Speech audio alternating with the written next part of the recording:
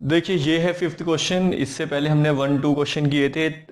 2 जो है आपका, आप 1-2 क्वेश्चन किए थे। 3 क्वेश्चन आपको 1-2 की तरह है, वो एक बार ट्राई करना है। और उसके बाद हमने क्वेश्चन नंबर 4 जो है ये आपका 3.3 जो एक्सरसाइज की थी, उसके ऑब्जेक्टिव क्वेश्चन की तरह है, जो उसमें आपके 3 ऑब्जेक्टिव क्वेश्चन है, तो उनकी तरह 3 या शायद 2 हैं, तो उन उसको देखकर आपको वही क्वेश्चन है वैसे ही करना है आपको।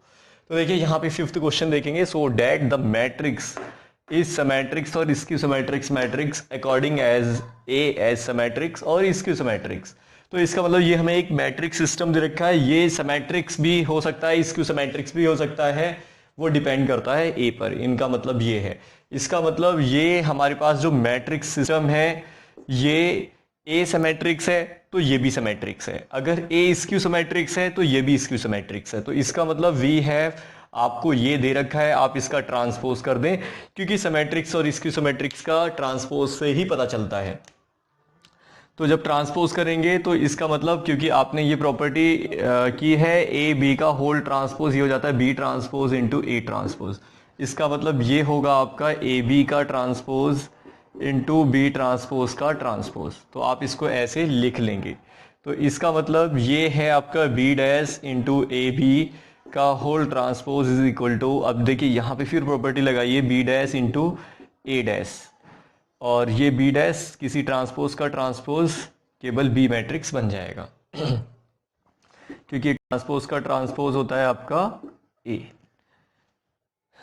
अगर ए है तो ए, बी है तो बी। तो इसका मतलब ये हमारे पास बन चुका है। यहाँ पे 2 कंडीशन क्रिएट होती हैं। मान लीजिए फर्स्ट कंडीशन है इफ ए जो है ए इज सिमेट्रिक्स, अगर ए सिमेट्रिक्स है तो ए डैश की वैल्यू ए होगी।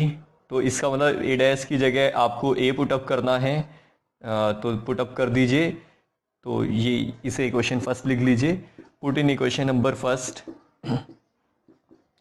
बी डैश ए बी का होल ट्रांसपोज, तो ये हो जाएगा बी डैश ए बी।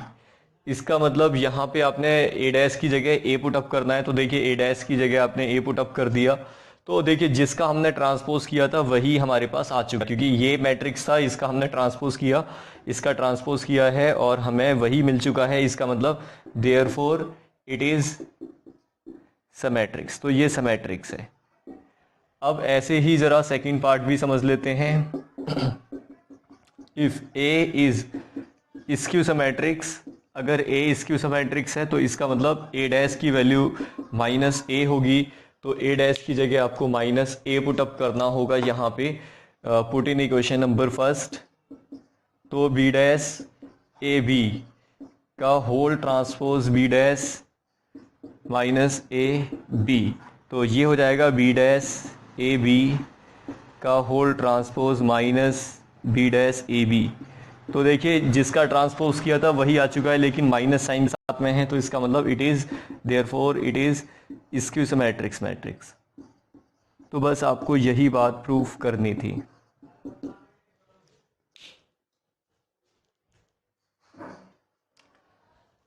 तो देखिए ये है क्वेश्चन नंबर 6। इसमें आपको एक्स वाई जेड की वैल्यू को फाइंड आउट करना है, जबकि ए मैट्रिक्स आपको गिवन है और यहाँ पे ए डैश इंटू ए आई के बराबर है। तो इसका मतलब ए डैश आप पहले फाइंड आउट करेंगे, तो 0 2 y z x Y minus Z x minus Y z, ये लिखना होगा।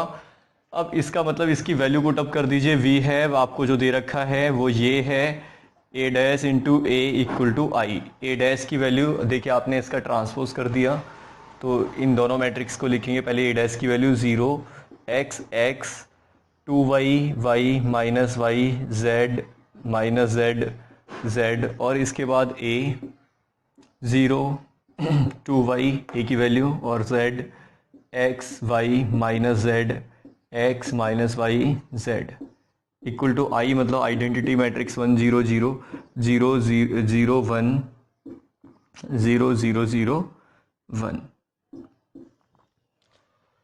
अब इंटू करेंगे रो की इंटू कॉलम से, तो 0 की इंटू 0 से एक्स की एक्स के साथ, तो ये हो जाएगा एक्स स्क्वायर, इसकी इंटू एक्स इसके साथ में एक्स स्क्वायर। अब इसकी सेकंड रो के साथ में 0 और सेकंड एलिमेंट की सेकंड के साथ में, तो ये होगा एक्स वाई और ये माइनस का एक्स वाई। ऐसे ही अब इस रो की इंटू फर्स्ट रो की इंटू थर्ड कॉलम से, तो ये हो जाएगा 0, ये होगा माइनस का एक्स जेड और ये हो जाएगा एक्स जेड। फिर सेकेंड रो की, अब ये जो सेकेंड रो है, सेकेंड रो की फर्स्ट कॉलम के साथ मल्टीप्लाई करेंगे। तो देखिए इसका मतलब ये इससे करेंगे, इसकी इंटू कर दीजिए, ये होगा 0, ये ऐसी इसकी भी इंटू करेंगे, ये है एक्स वाई, फिर ये इंटू करेंगे माइनस एक्स वाई। फिर ऐसी इसके साथ भी 2y² प्लस का y² minus minus plus y²। ऐसे ही ये भी अब आपको ये थर्ड कॉलम से करना है, second row with third column, तो 2yz माइनस yz और माइनस yz। अब थर्ड रो की इंटू फर्स्ट कॉलम से, तो ये 0 माइनस xz और प्लस xz। अब ऐसे ये भी इंटू कीजिए, तो ये हो जाएगा आपके पास first row with second column 2yz minus yz और ये माइनस yz। इससे इंटू करेंगे third row with third column, first element multiply first, second with second, third with third, तो 0 0 और ये इससे करेंगे, तो ये है आपका कितना z की इंटू जेड के साथ z² minus minus plus z² plus z²। और यहाँ पे है आपके पास 1 0 0 0 1 0 0 0 1। तो देखिए यहाँ पे आपके पास में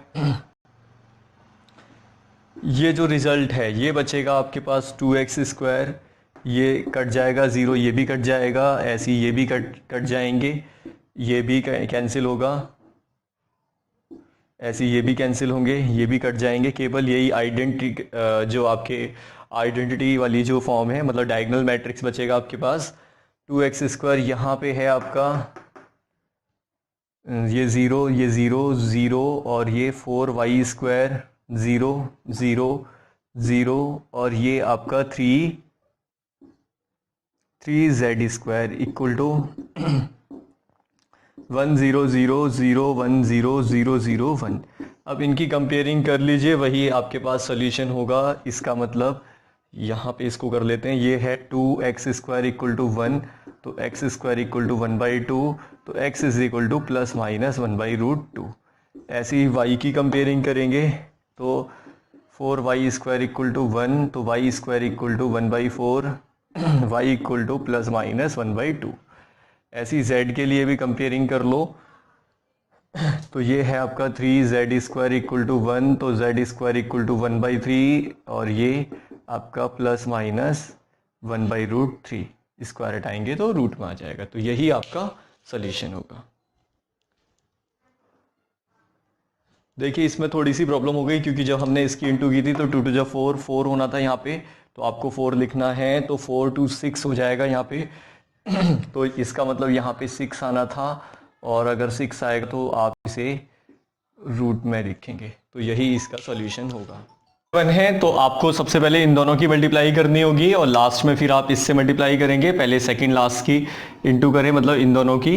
तो देखिए इन दोनों की कैसे इंटू करेंगे, 1 2 1 लिख लीजिए और इसकी इंटू कीजिए। पहले first row with first column, तो ये होगा 0, 2 की 2 के साथ 4 होगा, फिर ये 0 हो जाएगा क्योंकि 0 की x के साथ कर रहे हैं, ऐसे ये भी 0। अब सेकंड रो की इंटू करेंगे तो 0 0 और x होगा। फिर ऐसे यहाँ भी, क्योंकि x की वैल्यू को आपको इसमें फाइंड आउट करना है, 3 मैट्रिक्सेस हैं, तो ऐसी फिर आप देखिए मल्टीप्लिकेशन करेंगे तो ये होगा 0 और ये है आपका 0 और ये आपका x, मतलब 2x होगा। तो देखिए जब भी 3 मैट्रिक्सेस होंगे तो आपको पहले लास्ट सेकंड लास्ट की इंटू पहले करनी है। तो देखिए 1 2 1 ये होगा आपके पास 4x और 2x इक्वल टू 0। अब इनकी इंटू कर दीजिए, ये हो जाएगा 4 + 2x + 2x इक्वल टू 0। तो ये 4 + 4x इक्वल टू 0, तो 4x is equal to minus का 4, कट करेंगे तो x की वैल्यू माइनस का 1 हो जाएगी। यही आपका सॉल्यूशन होगा।